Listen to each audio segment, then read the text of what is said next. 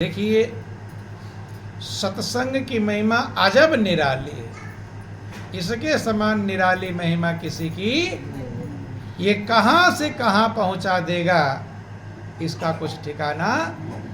सत्संग के माध्यम से पतित भी पावन बन गए, नीच भी महान बन गए, अधम भी मुक्ति को प्राप्त कर लिए। जो दुखी थे वो आनंद मग्न हो गए। कब? जब सत्संग मिल गया। क्या मिल गया? सत्संग। लेकिन जीवन में उतारना ही सत्संग का मिलना है, ये ध्यान रहे। सिर्फ सुन लिए और चले गए, इसे सत्संग का मिलना कहते नहीं। देखो, पापी से पापी का उदाहरण आता है। आप लोगों ने अजामिल का नाम सुना होगा कि अजामिल अधम में न थी क्या बुराई, मगर आपने उसकी बिगड़ी बनी। घड़ी मौत की उसके सर पर अब जब आई, तो प्रभु के नाम की रट लगाई, तुरंत खुल गए उसको बैकुंठ बंद। पापी अपराधी, लूट मार करने वाला, सारे अवगुण ही अवगुण भरे हुए थे, बुरा से बुरा था।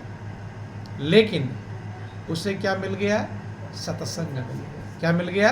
सत्संग। इसीलिए कहा गया, बड़े भाग्य पाइए सत्संगा, बिनहि प्रयास होई भव भंग। जिक्र आता है कि कुछ साधु महात्मा संत गुजर रहे थे एक गांव से, तो शाम होने लगी, शाम का समय आ गया। अब विचार किया, अगला गांव ना जाने कितनी दूरी पर होगा, अंधकार में किधर जाएंगे, रास्ते का भी पता नहीं। तो विचार किया, अब शाम हो गया, रात को इसी गांव में रुक जाएं, सवेरा होगा फिर आगे चलेंगे। पता किया कि कोई सज्जन है जो संत महात्माओं को ठहराने की व्यवस्था कर सकता है, जहां पर हम रुक सकें। तो एक पेड़ के नीचे 4-6 लोग बैठे थे। तो कभी कभी लोग उल्टा भी रास्ता बता देते हैं, मजाक भी बनाते हैं। मजाक बनाते हैं कि नहीं बनाते? तो लोगों ने मजाक बनाया। क्या बनाया? साधु संत से। एक उसमें थोड़ा उल्टे प्रवृत्ति का था। उसने कहा, मैं बताता हूं, हमारे गांव में सबसे बड़े भक्तराज जो साधु संतों की सेवा करते हैं, जितने साधु महात्मा आते हैं सब उन्हीं के घर पर ठहरते हैं, उन्हीं के यहाँ रुकते हैं। बहुत बड़े भक्त हैं, बहुत सेवा करते हैं। बता दिया रास्ता। तो क्या कर रहा है? मजाक। क्या कर रहा है?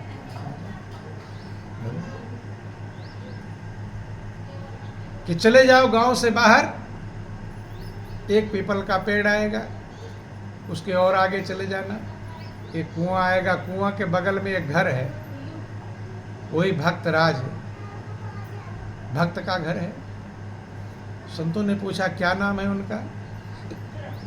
तो उन्होंने बता दिया, भक्त अजामिल नाम है। क्या नाम है? भक्त अजामिल। अब देखो, अब आज अजामिल जो लूट मार करने वाला अपराधी है, हिंसा प्रवृत्ति, सारे उल्टे कर्म करने वाला, अब उसी का घर बता दिया। किस लिए? मजाक करने के लिए बंद। लेकिन जब आप प्रभु के भरोसे कोई कार्य करते हैं तो आपके साथ प्रभु रहते हैं। कौन रहते हैं? साधु संत सच्चे दिल से जा रहे हैं। उसी का घर, अजामिल का घर पूछते पूछते चले गए। गांव से थोड़ा बाहर गए, पीपल का पेड़ दिखाई पड़ा कि लग रहा है ये रास्ता है। और आगे गए, एक कुआं था, बगल में एक घर था। पक्का हो गया कि यही है भक्त अजामिल का घर। अब साधु संत आवाज लगा रहे, भक्त अजामिल, भक्त अजामिल। क्या आवाज लगा रहे हैं? अब भक्तराज तो थे नहीं घर में, पत्नी थी उनकी। सोचा कि आज ध्यान देना, समझना, गौर करना। बोलिए प्रेम से गुरुदेव महाराज। आज तक मेरे पति को कोई अच्छा कहा? भाई उल्टा सीधा कर्म करने वाला तो क्या कहे, कोई अच्छा कहेगा?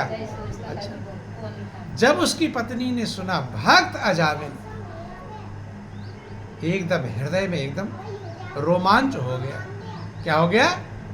जैसा कभी आप ना सुने हो, हैं? सब उल्टा सीधा गांव वाले बकते थे, अपराधी है, पापी है, ये है, चोर है, डकैत, बदमाश।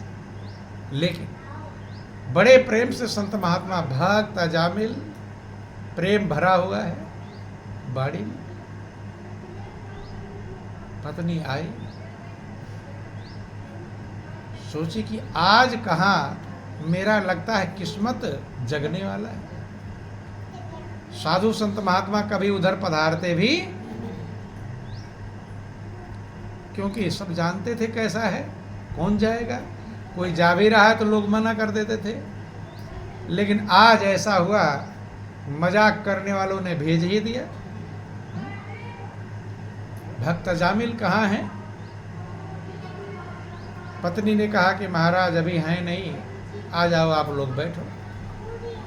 पत्नी का हृदय एकदम गदगद, खुशी का ठिकाना नहीं है कि आज मेरे घर जिंदगी बीत गई, मेरे घर कभी कोई साधु महात्मा पधारे। और संतों ने यहाँ तक समझाया कि जिस घर में संत महात्मा ना जाते हो, कि जय घर गुरु सेवा नहीं, भक्त नहीं मेहमान, सो घर मरघट जानिए, जीते भयो शमशान। संत महात्मा जिस घर में ना पधारे, पवित्र कैसे होगा?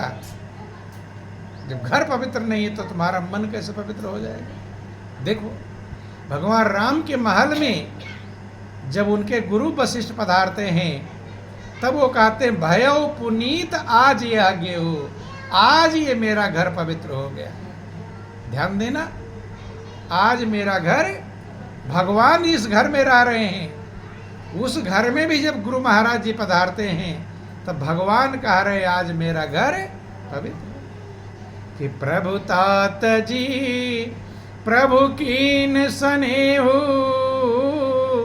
भयो पुनीत आज आगे हो। आज ये घर पवित्र हो गया, मेरे गुरु महाराज जी मेरे घर में पधार। तो अजामिल की पत्नी विचार कर रही, आज मेरा धन्य हो गया, धन्य धन्य मेरे भाग्य, मेरे भाग्य का ठिकाना, ऐसा भाग्य मेरा था नहीं, ये कहाँ से खुल गया? नहीं समझ में आया। कहाँ से आज साधु महात्मा जैसा भी था बिठाया कि महाराज आज हमारे बहुत बड़े सौभाग्य हैं। संत महात्मा कह रहे जैसा भक्त अजामिल का नाम सुना था, वैसे देवी भी वैसे भक्त ही हैं, श्रद्धा भाव से भरी हुई। नहीं समझ में? तो ध्यान देना। और वो एकदम गदगद, अंदर जाती है आंखों में आंसू आ जाते हैं, बाहर आती है क्या बिछाऊं, क्या सेवा करूं, कि बैठिए। एक तरफ खुशी का ठिकाना है और दूसरे तरफ डर भी है। क्या है? डर। क्यों डर है? पति कैसा है? मैं तो इधर सागर सत्कार कर रही हूँ और आकर उल्टा सीधा है ही उजड़, उल्टा सीधा बोल दे, क्या कर देगा, कुछ भरोसा। लेकिन जब सच्चा दिल होता है तो परमात्मा आपके दिल को सुनता है, कि जो दिल से निकले वो सदा पहुँचती है। मन ही मन प्रभु से प्रार्थना कर रही है कि हे प्रभु, जैसा आपने आज कृपा किया है, मेरे घर संत महात्मा पधारे, ऐसे मेरे पति की बुद्धि को भी सही। रात हो गई, उसने कहा महाराज जी बैठिए और मैं आपके लिए भोजन तैयार कर दूँ। भोजन तैयार करने लगे और संत महात्मा अपना भजन कीर्तन चालू कर दिए। भक्ति भजन, भक्ति भजन चालू हो गया, भजन कीर्तन चालू हो गया। और अजामिल तो लूट मार करने गया था। कहाँ गया था? लूट मार करने गया था, लूटने। और लूट कर लादे फांदे आ रहा है सामान, सोना, जो भी चीजें चोरी किया होगा, लूटा होगा, लूट कर आ रहा है। अब भजन कीर्तन सुना, क्या सुना? पहले दूर से सुना तो सोचा कहीं और हो रहा होगा, लेकिन अपने जब घर के नजदीक पहुंचा तो क्या समझ में आया कि मेरे घर में भजन कीर्तन? नहीं समझ में आया, मेरे घर में भजन कीर्तन। अब सोचा कि लूट मार का माल रखा हूं, कहीं ऐसा पुलिस वाले तो नहीं है मुझे पकड़ने के लिए साधु बनकर आ गए हो? नहीं, झंझट, ये भी झंझट है। तो माल जो लाद कर लाया था घर के पीछे ही छिपा दिया। क्या कर दिया? भाई माल भी पकड़ सकते हैं, कौन किस बेस में आ जाए कुछ भरोसा नहीं। घर के पिछवाड़े ढक ढुक के अब आ गया तो ध्यान देना, जैसे दिखाई पड़ा तो पत्नी तुरंत इधर, तो भजन कीर्तन, साधु महात्मा तो भजन कीर्तन में मगन है। पत्नी जल्दी बाहर गई, देख लिया कि आगे आ रहा उधर से, जल्दी से उसे प्रेम पूर्वक हाथ जोड़कर प्रार्थना किया कि आज अपने बहुत बड़े भाग्य ही भगवान ने बहुत बड़ी कृपा किया है, जो संत महात्मा पधारे हैं, इनको कुछ उल्टा सीधा बोल मत। नहीं समझ में आया। जाकर प्रणाम जो सब सिखा, सारा पाठ पढ़ा दिया। और प्रभु की ऐसी जो सही दिल आपसे, सब प्रभु के चरणों में लगकर जो काम करेंगे वो सब काम सिद्ध हो जाता है। प्रभु की ऐसी कृपा दया होती है। प्रभु का भरोसा रखकर जैसा समझाया वो ऐसा उसने पढ़ लिया। पहले तो बात नहीं मानता था, लेकिन आज तो पूरा जैसा उसने पढ़ा दिया पाठ, जाकर चरणों में दंडोत प्रणाम करना, ये करना, जो बातें बता दी। अब वो तो कभी आज तक जानता नहीं था क्या करना है क्या नहीं करना, साधु महात्मा से कभी मिला भी नहीं। अब मिला होगा तो लूटा मारा होगा, उल्टा सीधा बोला होगा। लेकिन जैसा जैसा पत्नी ने पढ़ा दिया, अब आकर सीधा लंबा लेट गया, धरड़ी पर लकुट की नहीं, डंडे की तरह दंडवत प्रणाम करके लेट गया चरणों में। संत महात्मा कहते हैं, वाह भक्त जामिल, जैसा सुना था तुम्हारा नाम वैसा ही दिखाई पड़ा है। नहीं, वैसे हो ही जैसे तुम्हारी गांव में तारीफ हो रही है। क्या हो रही है? महिमा लोग गा रहे हैं कि भक्त जामिल है, भक्त जामिल। अब वो महिमा गाना झूठा ही गाए थे, नहीं समझ में आई। संतों ने समझाया कि झूठो सत्य होए बिन जाने, झूठ भी कभी कभी सत्य हो जाता है। बंधु, उन लोगों को झूठा मजाक बनाया था, लेकिन दंडवत प्रणाम कर रहे हैं जैसा पत्नी ने समझाया था। गया अपना बैठा, भजन कीर्तन चालू है, सत्संग चालू हो गया। अब पत्नी तो उधर भोजन बना ली, तैयार कर लिया। अब पत्नी पति दोनों बैठकर हाथ जोड़कर बैठ करके सत्संग सुन। अब सत्संग में वही चर्चा चल रही है जैसा अजामिल था। नहीं समझ में? सत्संग में वही चर्चा चलती जैसा आप रहते हैं। आप ही के लिए सत्संग है, तो कभी मत सोचना कि दूसरों के लिए है। हर बात को सोचना चाहिए कि मेरे लिए है। किसके लिए है? अपने, मुझे, मेरे कल्याण के लिए है। सबके अंदर बुराइयां भरी पड़ी हैं और सबको अपनी बुराई निकालने का उपाय करना चाहिए। परमात्मा और जीव के बीच में यही तो अंतर है। कमियां निकलती जाएंगी, जीव ब्रह्म का ही स्वरूप है। सत्संग चर्चा होने लगी। अब वह अजामिल, जब कर्म का फल क्या मिलता है, ये कर्म किया है तो ऐसा फल मिलेगा, जो सत्संग में सुनाया जा रहा है। अब अजामिल की आंखों से आंसू आ रहा है। किस लिए आ रहा है? कि मैंने कितने बुरे बुरे कर्म किए। और संत महात्मा सोच रहे बहुत बड़ा भावुक है, ये तो भगवान की महिमा सुनकर पूरा रो रहा है, इतना प्रेम में मगन। अब वो तो अपने कर्म पर रो रहा है। ध्यान देना, बोलिए प्रेम से गुरुदेव महाराज, बोलो वृंदावन बिहारी लाल। सत्संग हुआ, ज्ञान ध्यान की भी चर्चा हुई, कल्याण का रास्ता जब सुना, जाकर चरणों में पकड़ लिया कि महाराज मैं बहुत बड़ा अपराधी हूँ, मुझे कुछ कल्याण का रास्ता बतलाइए। क्योंकि कभी कभी बुरे व्यक्ति का हृदय भी निर्मल हो जाता है। क्या जाता है? बुरा से बुरा व्यक्ति हो, साफ हो जाता है। साफ सारी कहानी जामिल ने अपने पाप कर्मों को गिना दिया। संत कहते हैं कि कितना भी पापी हो और प्रभु की शरण आ जाए तो जैसे सूर्य के सामने सब अंधकार गायब हो जाता है, ऐसे प्रभु के सामने पाप रह जाते नहीं। तो जिक्र आता है कि संत महात्माओं ने उन्हें ज्ञान दिया। क्या दिया? परमात्मा से उसके दिल के तार को जोड़ा तो जुड़ गया। भाई करंट का, लाइट का कनेक्शन जुड़े तो फ्रिज, कूलर, एयर कंडीशनर सब चलने लगेंगे। यही संत महापुरुषों का काम है। आपके अंदर परमात्मा की पूरी फिटिंग है, आनंद की फिटिंग है, सुख की फिटिंग है, शांति की फिटिंग है, कल्याण, सब कुछ फिटिंग है, लेकिन मेन लाइन से कनेक्शन जोड़ने के लिए संत महापुरुषों को जब जोड़ा, आनंद की कलियां खिल गई, प्रभु प्रेम में मगन होने लगा। और आप लोग कहानियां सुनते हैं कि संतों ने कहा था कि अपने बेटे का नाम क्या रख देना?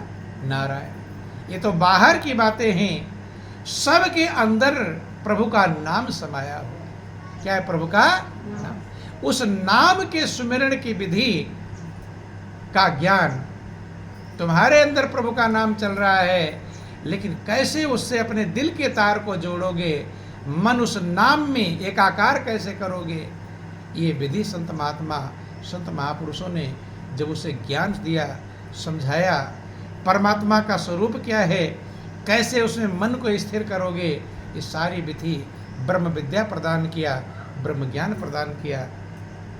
अब अपने पापों को छोड़कर, बुरे कर्मों को छोड़कर रात दिन भजन में लग गया। जब भजन में लग गया तो जहां मन लग जाता है अंत में वहीं मन पहुंचता है। जब उसका मन प्रभु में लग गया तो अंत में कहाँ लगेगा? प्रभु में ही लगेगा। इसीलिए कहा जाता है कि अभी से अपने मन को प्रभु में लगाओ, क्योंकि एकाएक लगने वाला लगाते लगाते लगाते लगाते तब कहीं जाकर मन भगवान में लगता है। दुनिया में अपने आप लग जाता है, लेकिन भगवान में लगाना पड़ता है।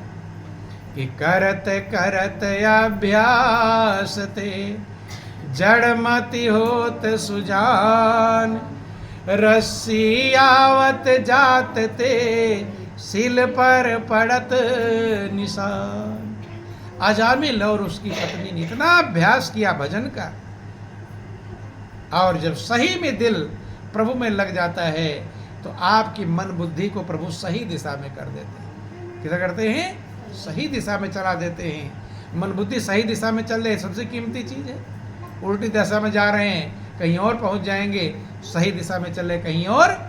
प्रभु ने सही दिशा कर दिया, और वही जिक्र आता है कि वह अजामिल जो पापी था, अब शास्त्रों में उनका नाम आता है। किसमें आता है? तो ये महिमा किसकी है? सत्संग की। किसकी है? इसीलिए कहा गया बड़े भाग्य पाइए सत्संगा, बिना ही प्रयास हो ही भव भंगा। बिना ही प्रयास के, जैसे रोजमर्रा के आप काम कर रहे हैं, वैसे सारे काम करते हुए आप इस अपार भवसागर को पार कर जाएंगे, और इसीलिए जिंदगी मिले। अगर सब काम कर लिया और अपनी आत्मा का उद्धार नहीं कर पाए तो आप 84 लाख योनियों में भटके। कि लग 84 भ्रम कर पोपे अटकाए आए, और अब की पासा ना पड़ा तो फिर 84। जैसे आप खाने पीने कमाने का सब उपाय करते हैं, ऐसे अपनी आत्मा का उद्धार का भी उपाय करना चाहिए। जिसने यह काम नहीं किया, फिर उसमें और पशु में कोई अंतर। और वो उपाय गुरु महाराज जी, संत महात्मा बतलाते हैं। जब उनके पास आप जाएंगे, सब खजाना आप ही के पास है, खाली उस खजाने को आप पाने का तरीका मालूम नहीं। कि सबके पल्ले लाल है और सब ही साहूकार, गांठ खोल पर खा नहीं या विधि रहा कंगाल। परमात्मा जो आनंद का भंडार है, शांति का स्रोत है, सुखों का मूल है, परमात्मा रूपी लाल सबके पास है, सबके पास आनंद है, सबके पास सुख है, सबके पास शांति है। लेकिन वो मिलेगा कैसे, इसका तरीका गुरु से सीखना पड़ेगा। जब तरीका सीख लेंगे, चाबी मिल गई है कि मैं तेरा साईं तेरे अंदर, अब तो देख सखी खोल नैना, और कछु लेना न देना मगन रहा। छोटा सा भजन है और फिर आपका टाइम भी हो गया। बोलिए प्रेम से गुरुदेव महाराज, बोलो वृंदावन बिहारी लाल। अरे कछु लेना न देना मगन रहना, कछु लेना न देना मगन रहना, कछु मगन रहना, कछु लेना न देना मगन रहना, कछु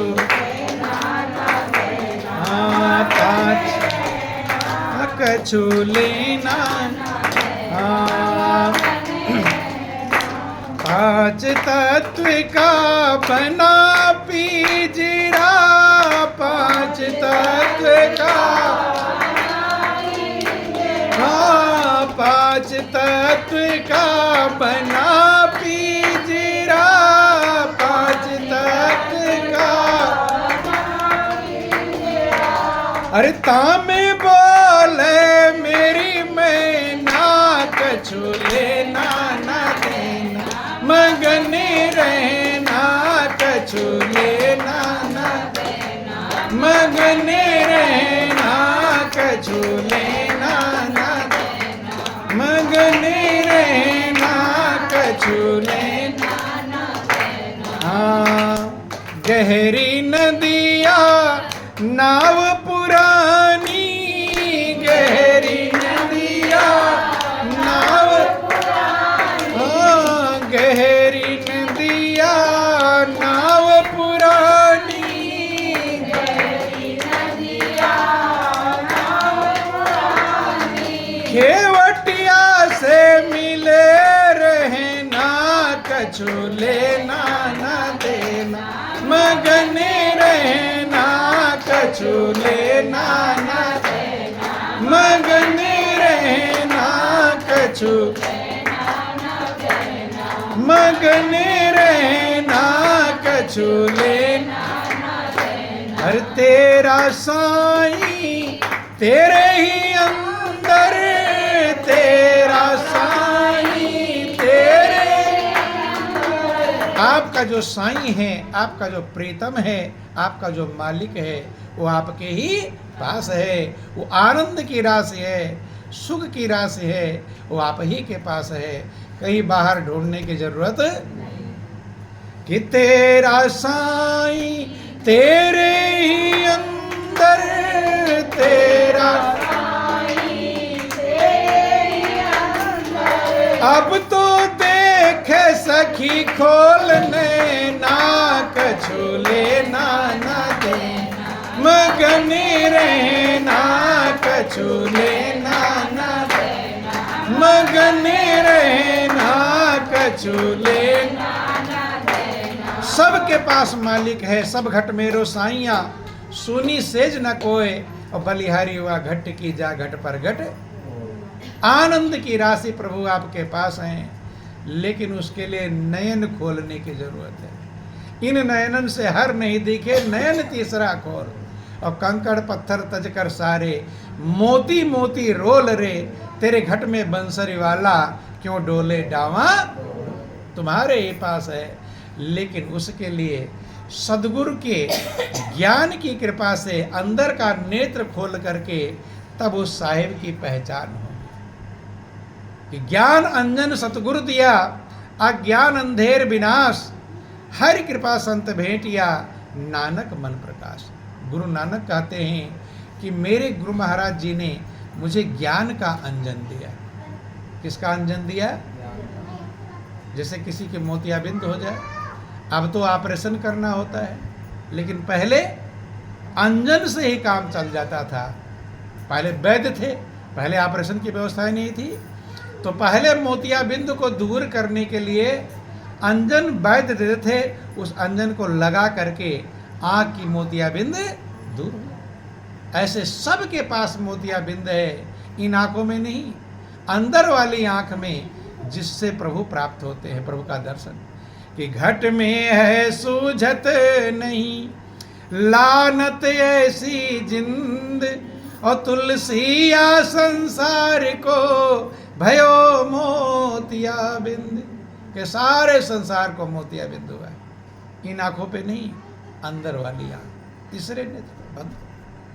तो गुरु नानक ने कहा कि ज्ञान अंजन सतगुरु दिया, कि मेरे सतगुरु महाराज जी ने, मेरे गुरु महाराज जी ने मुझे ज्ञान का अंजन दिया। किसका अंजन दिया? ज्ञान।